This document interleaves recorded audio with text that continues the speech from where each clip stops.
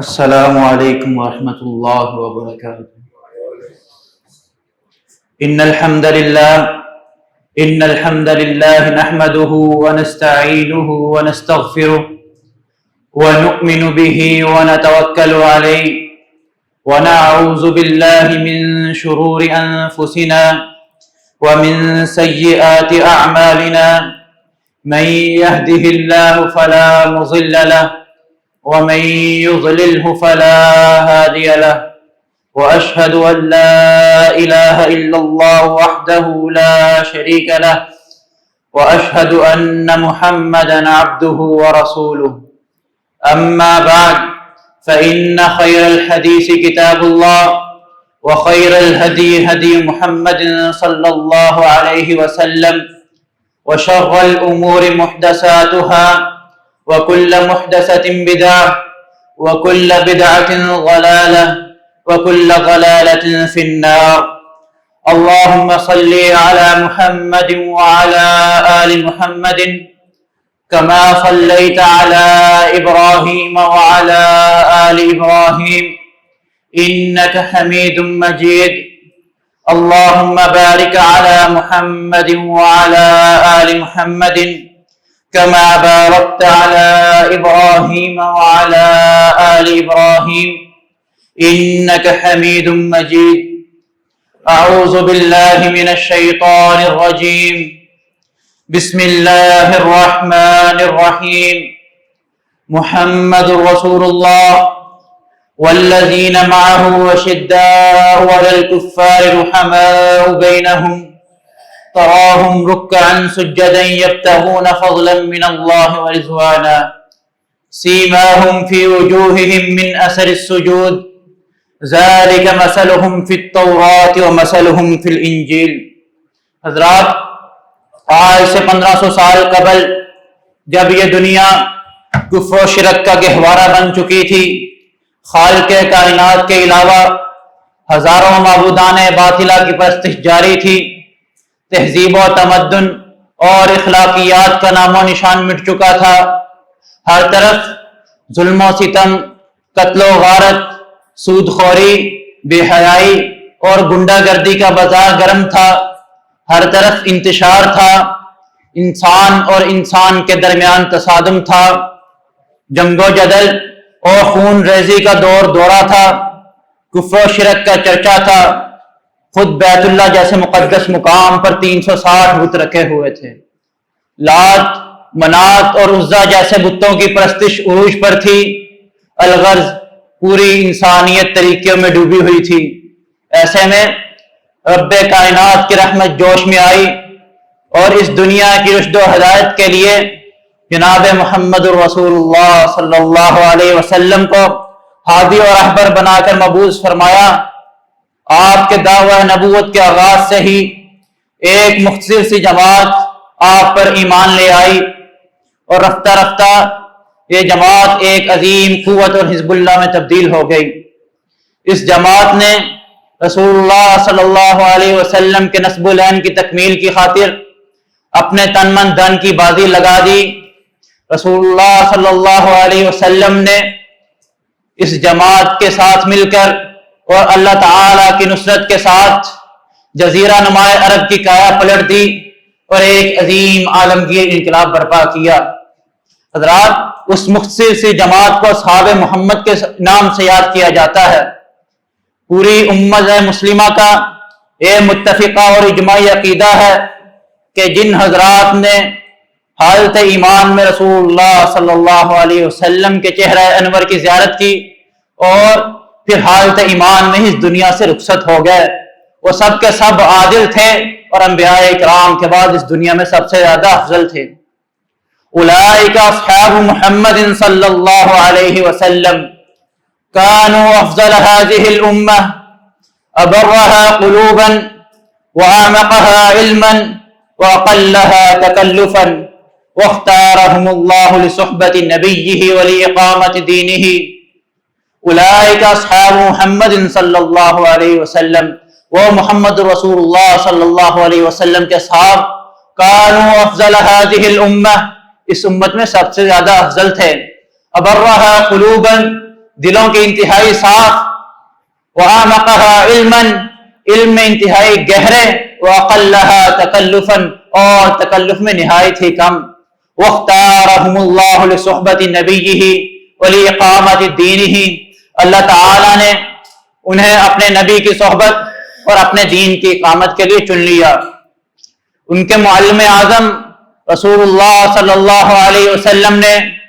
ان کی تعلیم و تربیت اور ان کے تزکیہ نفس کا فریضہ سر انجام دیا، ان کے دلوں کو کفر و شرک، حسد اور کینہ جیسی بیماریوں سے پاک کر دیا۔ پھر اللہ تعالیٰ نے صحابہ کرام رضوان اللہ علیہم اجمعین کو ایک ایسے اعزاز، ایک ایسے مقام اور ایک ایسے مرتبے سے نوازا کہ وہ اعزاز، وہ مقام اور وہ مرتبہ صحابہ کرام کے علاوہ کسی اور کو نصیب نہ ہو سکا۔ وہ اعزاز، وہ مقام اور وہ مرتبہ کیا ہے؟ وہ اعزاز، وہ مقام اور وہ مرتبہ یہ ہے کہ اللہ تعالیٰ نے صحابہ کرام کے بارے میں قرآن مجید میں ارشاد فرما دیا، رضی اللہ عنہم ورضوا عنہ، اللہ ان سے راضی اور وہ اللہ سے راضی۔ صحابہ کرام کو یہ اعزاز، یہ مقام اور یہ مرتبہ کس وجہ سے حاصل ہوا؟ صحابہ کرام کو یہ مقام اور یہ مرتبہ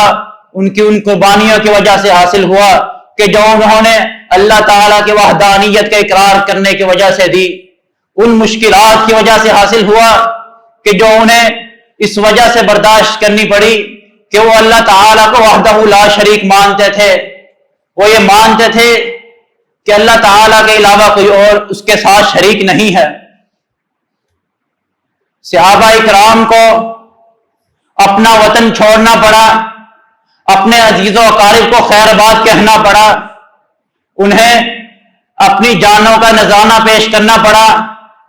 انہیں عقیدہ توحید کی خاطر اور اسلام کی خاطر اپنے مال و دولت کو قربان کرنا پڑا، انہیں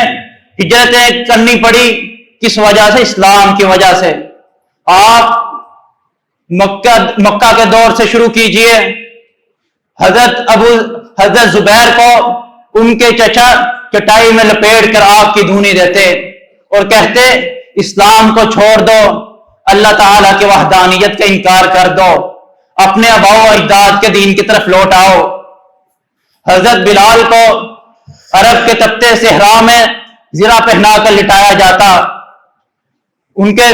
سینے پر بھاری پتھر رکھا جاتا اور کہا جاتا کہ اللہ تعالیٰ کی وحدانیت کا انکار کر دو، یہ مان لو کہ یہ بت بھی اللہ تعالیٰ کے ساتھ شریک ہیں، ان میں حاجت روا بھی موجود ہے، ان میں مشکل کشا بھی موجود ہیں، ان میں اولاد دینے والے بھی موجود ہیں، لیکن وہ عہد کی صدائیں لگاتے رہے۔ آل یاسر کو سخت سزائیں دی جاتی اور کہا جاتا کہ رسول اللہ کا ساتھ چھوڑ دو، اسلام کی حقانیت کا انکار کر دو، اللہ تعالیٰ کو وحدہ لا شریک ماننا چھوڑ دو، اپنے آباء و اجداد کے دین کی طرف واپس لوٹ آؤ۔ وہ نہ مانے تو انہیں شہید کر دیا گیا۔ حضرت خباب کو آگ کے انگاروں پر لٹایا جاتا اور کہا جاتا یہ مان لو کہ اللہ تعالیٰ نے ان بتوں کو بھی اختیارات دیے ہوئے ہیں، انہیں اپنا شریک بنایا ہوا ہے، یہ بھی رزق دے سکتے ہیں، یہ بھی اولاد دینے پہ قادر ہیں، یہ بھی داتا ہے، یہ بھی حاجت روا ہے۔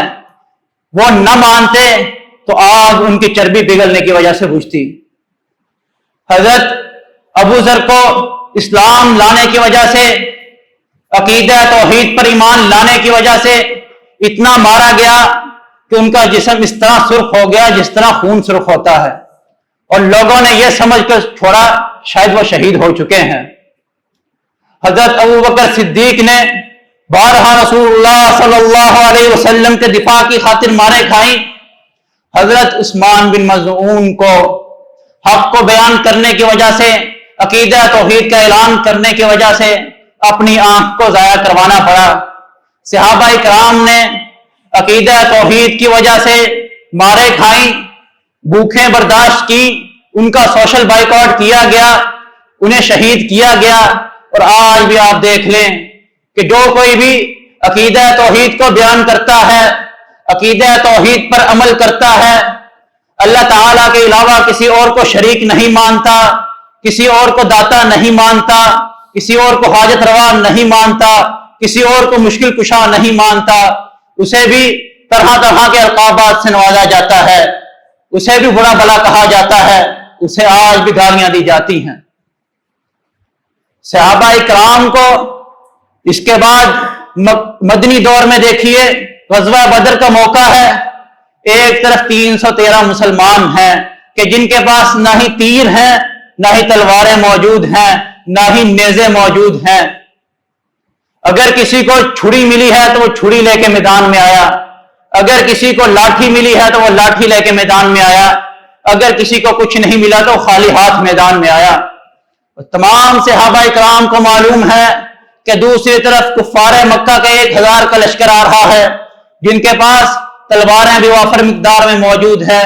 تیر بھی وافر مقدار میں موجود ہیں، نیزے بھی موجود ہیں، لیکن صحابہ اکرام کی رسول اللہ کی اطاعت کا عالم دیکھیے کہ جب رسول اللہ صلی اللہ علیہ وسلم نے صحابہ اکرام سے پوچھا کہ تمہارا کیا خیال ہے، ہمیں جنگ لڑنی چاہیے یا نہیں لڑنی چاہیے، صحابہ اکرام نے کیا جواب دیا؟ انہوں نے کہا ہم اصحاب موسیٰ کی طرح نہیں ہیں کہ آپ سے کہہ دے اذهب انت وربك فقاتلا انا هاهنا قاعدون، کہ تم اور تمہارا رب جا کے لڑو، ہم یہاں پر بیٹھے ہیں۔ بلکہ انہوں نے کہا اگر آپ ہمیں یہ حکم دے دیں کہ ہم اپنی سواریوں سمیت سمندر میں چھلانگ لگا دیں، ہم اس میں دیر نہیں کریں گے، ہم آپ سے یہ سوال نہیں کریں گے آپ نے ہمیں یہ حکم کیوں دیا ہے، ہم کس وجہ سے سمندر میں چھلانگے لگائیں، بلکہ ہم سمندر میں سواریوں سمیت چھلانگے لگائیں گے۔ غزوہ احد کے موقع پر دیکھیے، جب صحابہ اکرام کے قدم میدان سے عارضی طور پر اکھڑے، کفار مکہ ان کے پیچھے غالب آیا، تو جب ان کو رسول اللہ صلی اللہ علیہ وسلم کا پیغام پہنچا کہ رسول اللہ صلی اللہ علیہ وسلم انہیں پکار رہے ہیں، انہیں بلا رہے ہیں، انہیں معلوم تھا کہ ان کے پیچھے دشمن ہے، واپس جائیں گے تو شہید کر دیے جائیں گے، انہوں نے اپنی جانوں کی پرواہ نہیں کی، یہ نہیں سوچا کہ وہ شہید ہو جائیں گے، انہوں نے رسول اللہ کے پکار پر لبیک کہا۔ اور جو صحابہ اکرام اس وقت رسول اللہ صلی اللہ علیہ وسلم کے ساتھ موجود تھے، ان کی جان نثاری کا عالم دیکھیے۔ حضرت زبیر رضی اللہ تعالی عنہ تیروں اور تلواروں کو اپنے ہاتھ پر کھاتے ہوئے اپنے ہاتھ کو زخمی کروا لیتے ہیں، لیکن یہ گوارا نہیں کرتے کہ کوئی تیر یا تلوار رسول اللہ صلی اللہ علیہ وسلم کو جا کے لگے۔ حضرت ابو دجانہ رضی اللہ تعالی عنہ نے اپنے جسم کو رسول اللہ صلی اللہ علیہ وسلم کے جسم کے لیے ڈال بنا لیا، اور جتنے تیر رسول اللہ صلی اللہ علیہ وسلم کی طرف آتے انہیں اپنے جسم پر کھاتے، لیکن یہ گوارا نہ کرتے کہ کوئی تیر رسول اللہ صلی اللہ علیہ وسلم کو جا کے لگے۔ اسی موقع پر جب رسول اللہ صلی اللہ علیہ وسلم کے چہرہ مبارک میں زرہ کی 2 کڑیاں چبھ گئی، حضرت ابو بکر صدیق رضی اللہ تعالی عنہ انہیں نکالنے کے لیے آگے بڑھے۔ حضرت ابو عبیدہ ان سے کہتے ہیں یہ اعزاز مجھے حاصل کرنے دیجئے۔ انہوں نے اپنے دانت کی مدد سے رسول اللہ کے چہرہ انور سے زرہ کی کڑی کو نکالا، ان کا دانت شہید ہو گیا۔ دوبارہ پھر حضرت ابو بکر صدیق آگے بڑھے، وہ کیا کہتے ہیں کہ خدا کے لیے مجھے اس اعزاز سے محروم نہ کیجئے، یہ اعزاز مجھے حاصل کرنے دیجئے۔ انہوں نے اپنے دانت کی مدد سے رسول اللہ کے چہرہ انور سے دوسری کڑی کو بھی نکالا، اسی دوران ان کا دوسرا دانت بھی شہید ہو گیا۔ انہوں نے رسول اللہ صلی اللہ علیہ وسلم کی خاطر اپنے دانت کو شہید کروانا اپنے لیے اعزاز کے باعث سمجھا، اپنے لیے سعادت سمجھا۔ آج ہمیں کہا جاتا ہے ہم صحابہ اکرام کی خطاؤں کو بیان کیوں نہ کریں، ان کی غلطیوں کو بیان کیوں نہ کریں، ان کی غلطیوں کو لوگوں کو کیوں نہ بتائیں کہ وہ احد کے میدان سے چلے گئے تھے، انہوں نے رسول اللہ صلی اللہ علیہ وسلم کا ساتھ چھوڑ دیا تھا۔ اور یہ بھی کہا جاتا ہے کہ اللہ تعالیٰ نے قرآن میں بھی یہ بیان کیا ہے کہ وہ میدان سے چلے گئے تھے، لیکن یہ نہیں بتایا جاتا اس کے ساتھ ہی اللہ تعالیٰ نے فرمایا ہے کہ وہ واپس پلٹے، اور ان کے بارے میں اس کے آگے ہی فرما دیا فاللہ عنہم، اللہ تعالیٰ نے ان کے معاف کر دیا۔ اور صحابہ اکرام کے بارے میں فرمایا رضی اللہ عنہم ورضوا عنہ۔ جب اللہ تعالیٰ نے صحابہ اکرام کو معاف کر دیا، ان کی خطاؤں کو درگزر کر دیا، ان سے راضی ہو گیا، تو ہم کون ہوتے ہیں؟ صحابہ اکرام کی خطاؤں کو بیان کرنے والے، ان کی غلطیوں کو اجاگر کرنے والے۔ آج صحابہ اکرام کو گالیاں دینا اپنے لیے اعزاز کا باعث سمجھا جاتا ہے، صحابہ اکرام کو برا بھلا کہنا باعث مسرت عمل سمجھا جاتا ہے، صحابہ اکرام کی خطاؤں کو بیان کر کے اپنے آپ کو اجر و ثواب کا مستحق ٹھہرایا جاتا ہے، جبکہ رسول اللہ صلی اللہ علیہ وسلم نے فرمایا اللہ اللہ فی اصحابی لا تتخذوه غرضا من بعدی من احبهم فبحبی احبهم ومن ابغضهم فببغضی ابغضهم ومن آذاهم فقد آذانی ومن آذانی فقد آذى اللہ ومن آذى اللہ فیوشک ان یاخذہ۔ اللہ اللہ فی اصحابی، اللہ سے ڈرتے رہنا، اللہ سے ڈرتے رہنا میرے صحابہ کرام کے بارے میں۔ لا تتخذوه غرضا من بعدی، انہیں میرے بعد طعن و تشنیع کا نشانہ نہ بنانا۔ من احبهم فبحبی احبهم، جو ان سے محبت کرے گا وہ مجھ سے محبت رکھنے کی وجہ سے ان سے محبت رکھے گا۔ ومن ابغضهم فببغضی ابغضهم، جو ان سے بغض رکھے گا وہ مجھ سے بغض رکھنے کی وجہ سے ان سے بغض رکھے گا۔ ومن آذاهم فقد آذانی، اور جس نے انہیں تکلیف پہنچائی اس نے مجھے تکلیف پہنچائی۔ ومن آذانی فقد آذى اللہ، جس نے مجھے تکلیف پہنچائی اس نے اللہ تعالیٰ کو تکلیف پہنچائی، اور جس نے اللہ تعالیٰ کو تکلیف پہنچائی ومن آذى اللہ فیوشک ان یاخذہ، اور جس نے اللہ تعالیٰ کو تکلیف پہنچائی قریب ہے اللہ تعالیٰ اس کو پکڑ لے۔ اور یہ یاد رکھیے کہ جس کی پکڑ اللہ تعالیٰ نے کر لی اس کا کوئی حامی و ناصر نہیں ہوگا،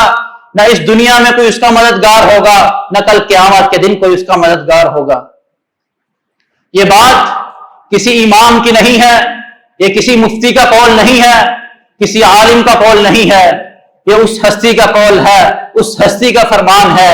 کہ جس کے بارے میں اللہ تعالیٰ نے قرآن مجید میں قسمیں اٹھا کر فرمایا ہے وَالنَّجْمِ إِذَا هَوَىٰ مَا ضَلَّ صَاحِبُكُمْ وَمَا غَوَىٰ وَمَا يَنطِقُ عَنِ الْهَوَىٰ إِنْ هُوَ إِلَّا وَحْيٌ يُوحَىٰ،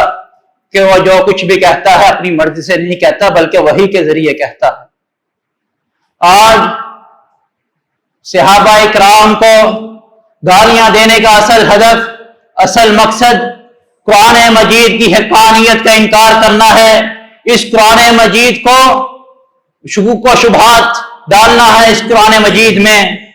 اسلام کی حقانیت کا انکار کرنا ہے۔ صحابہ اکرام کو برا بھلا کہنے کا مقصد سنت کا انکار کرنا ہے، حدیث رسول کو ختم کرنا ہے، کیونکہ اگر صحابہ اکرام کو نکال دیا جائے، صحابہ اکرام کی شخصیات کو شبہ میں ڈال دیا جائے تو نہ قرآن باقی رہتا ہے، نہ حدیث باقی رہتی ہے، نہ ہی سنت باقی رہتی ہے، نہ ہی اسلام کے ارکان باقی رہتے ہیں۔ تاریخ اٹھا کے دیکھ لیجئے کہ جس صحابی کی اسلام کے لیے جتنی زیادہ خدمات ہیں، جس صحابی کی قرآن کے لیے، حدیث کے لیے اور سنت کے لیے جتنی زیادہ خدمات ہیں، اسے اتنا ہی زیادہ گالیوں کو مستحق سمجھا جاتا ہے، اسے اتنا ہی زیادہ برا بھلا کہا جاتا ہے۔ اس امت میں سب سے زیادہ افضل ابوبکر صدیق رضی اللہ تعالی عنہ ہیں، ان کے بارے میں کہا جاتا ہے کہ انہوں نے نبی مکرم صلی اللہ علیہ وسلم کا حق کو غصب کیا، انہوں نے اہل بیت کو ان کا حق نہیں دیا، اہل بیت کو ان کی وراثت سے محروم رکھا۔ جب سیدہ فاطمہ رضی اللہ تعالی عنہ ان سے اپنی وراثت کا مطالبہ کرنے آئی تو انہوں نے ان کو وراثت دینے سے انکار کر دیا، لیکن حقیقت تو یہ ہے کہ جب سیدہ فاطمہ رضی اللہ تعالی عنہ کو رسول اللہ کی حدیث کے بارے میں معلوم ہوا کہ انبیاء اکرام کی وراثت نہیں ہوتی، اس کے بعد انہوں نے کبھی مطالبہ ہی نہیں کیا۔ اصل جرم سیدنا صدیق اکبر کا کیا ہے جو کہ بیان نہیں کیا جاتا؟ وہ یہ ہے کہ انہوں نے سب سے پہلے منکرین زکوٰۃ کے خلاف جہاد کا اعلان کیا تھا۔ انہوں نے اس وقت جہاد کا اعلان کیا جبکہ تمام صحابہ اکرام انہیں منع کر رہے تھے کہ ابھی حالات سازگار نہیں ہیں، ابھی مسلمان اس حالت میں نہیں ہیں کہ ان کا مقابلہ کر سکیں۔ سیدنا صدیق اکبر کیا کہتے ہیں؟ انہوں نے کہا کہ میں یہ گوارا نہیں کر سکتا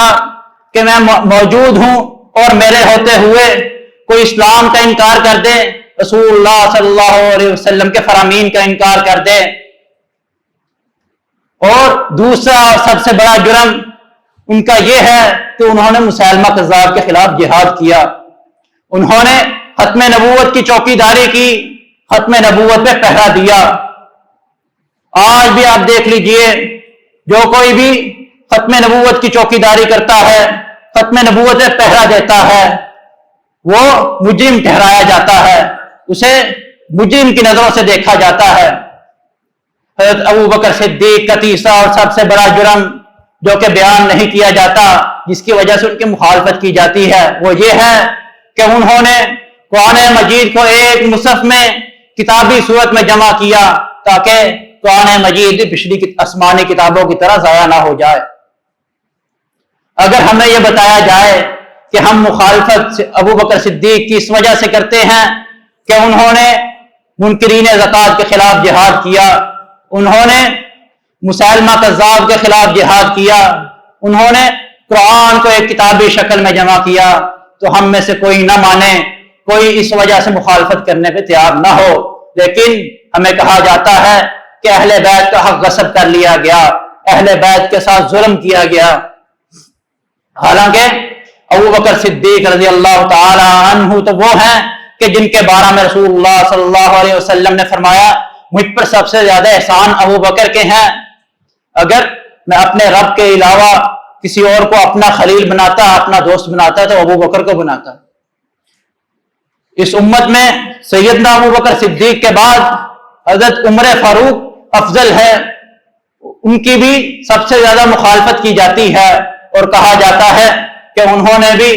سیدنا ابو بکر صدیق کی طرح اہل بیت کو ان کے حق سے محروم رکھا، اہل بیت کو ان کا حق نہیں دیا۔ اور دوسرا جرم ان کا یہ بیان کیا جاتا ہے کہ انہوں نے سیدہ فاطمہ ان کی وجہ سے شہید ہوئی، جبکہ سیدہ فاطمہ رضی اللہ تعالی عنہا تو سیدنا ابو بکر صدیق کے دور میں وفات پا چکی تھی۔ سیدنا عمر فاروق کا سب سے بڑا جرم جس کی وجہ سے مخالفت کی جاتی ہے، جو کہ بتایا نہیں جاتا، وہ یہ ہے کہ انہوں نے ہر معاملے میں حضرت ابو بکر صدیق کا ساتھ دیا، اور دوسرا جرم ان کا یہ ہے کہ انہوں نے حضرت ابو بکر صدیق کو اس بات پر آمادہ کیا کہ قرآن کو جمع کیا جائے، کہیں قرآن بھی پچھلی آسمانی کتابوں کی طرح ضائع نہ ہو جائے۔ حضرت عمر فاروق تو وہ ہستی ہیں کہ جن کے بارے میں رسول اللہ صلی اللہ علیہ وسلم نے فرمایا لو کان بعدی نبی لکان عمر، اگر میرے بعد کوئی نبی ہوتا تو عمر ہوتا۔ حضرت عمر کے بارے میں ہی رسول اللہ صلی اللہ علیہ وسلم نے فرمایا ہے کہ جس رستے سے عمر گزرتا ہے شیطان وہ رستہ چھوڑ دیتا ہے۔ سیدنا صدیق اکبر اور عمر فاروق کے بارے میں حضرت علی رضی اللہ تعالی عنہ نے فرمایا اپنے دور خلافت میں خطبہ کے دوران کہ مجھ تک یہ بات پہنچی ہے کہ لوگ ابو بکر اور عمر پر مجھ کو فضیلت دیتے ہیں،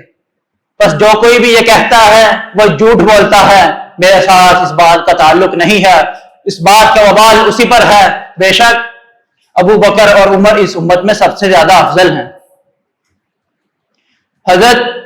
ابو بکر اور حضرت عمر کے بعد یہ شخصیت کی سب سے زیادہ مخالفت کی جاتی ہے،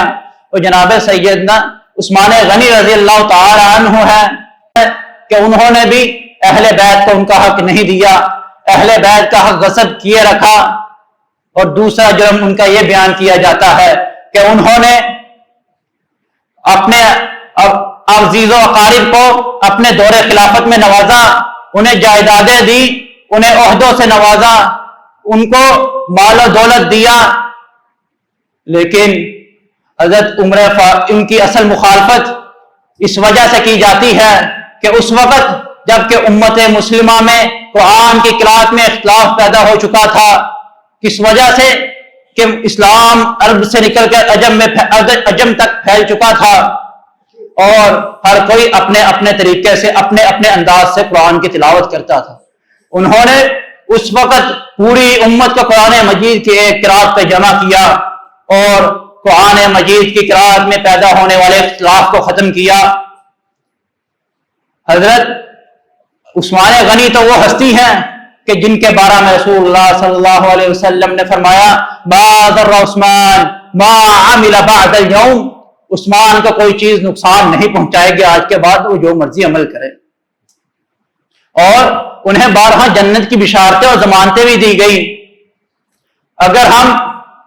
پہلے تینوں خلفاء کو اس وجہ سے طعن و تشنیع کا نشانہ بناتے ہیں، ان کو نشان ہدف بناتے ہیں، تو ہمارے اس طعن و تشنیع سے اہل بیت بھی پھر محفوظ نہیں رہتے. کیونکہ جب خلافت حضرت علی رضی اللہ تعالی عنہ کے پاس آئی تو وہ بھی اسی طرح با اختیار تھے جس طرح پہلے تینوں خلفاء با اختیار تھے. انہوں نے بھی اہل بیت کے فیصلے کو، اہل بیت کی وراثت کو اسی طرح رکھا جس طرح پہلے تینوں خلفاء نے رکھا تھا. اور یہ زد پورے اہل بیت تک بھی جاتی ہے، کیونکہ اگر پہلے تینوں خلفاء ظالم تھے، قاتل تھے، جابر تھے، غاصب تھے، تو اہل بیت نے ان کا ساتھ کیوں دیا، ان کے ساتھ حکومتی معاملات میں شریک کیوں رہے، اور ان کی بیعت کیوں کی. ہمیں یہ سوچنا چاہیے کہ ہم صحابہ اکرام کو گالیاں دیتے ہیں تو کیا ہمارا ایمان محفوظ رہتا ہے، ہمارا ایمان سلامت رہتا ہے؟ جبکہ اللہ تعالیٰ نے ہمارے لیے ایمان کا ایک معیار قائم کر دیا ہے، اور وہ معیار اللہ تعالیٰ نے قرآن مجید میں بیان فرمایا فَإِنْ آمَنُوا بِمِثْلِ مَا آمَنْتُمْ بِهِ فَقَدِ اهْتَدَوْا. صحابہ اکرام کو مخاطب کر کے فرمایا کہ اگر وہ لوگ اس طرح ایمان لائیں کہ جس طرح تم ایمان لائے ہو تو ہی کامیاب ہوں گے، تو ہی فلاح پائیں گے. اگر ہمارے ایمان کا معیار صحابہ اکرام ہے تو کیا صحابہ اکرام کو برا بھلا کہنے کی وجہ سے ہمارا ایمان تو خراب نہیں ہو رہا، ہمارا ایمان تو ضائع نہیں ہو رہا؟ ہمیں اس بات پر غور و فکر کرنا چاہیے. اللہ تعالیٰ سے دعا ہے کہ اللہ تعالیٰ ہمیں صحابہ اکرام جیسا ایمان لانے کی توفیق عطا فرمائے اور صحابہ اکرام کا احترام کرنے کی توفیق عطا فرمائے. وآخر الدعوانا الحمدللہ.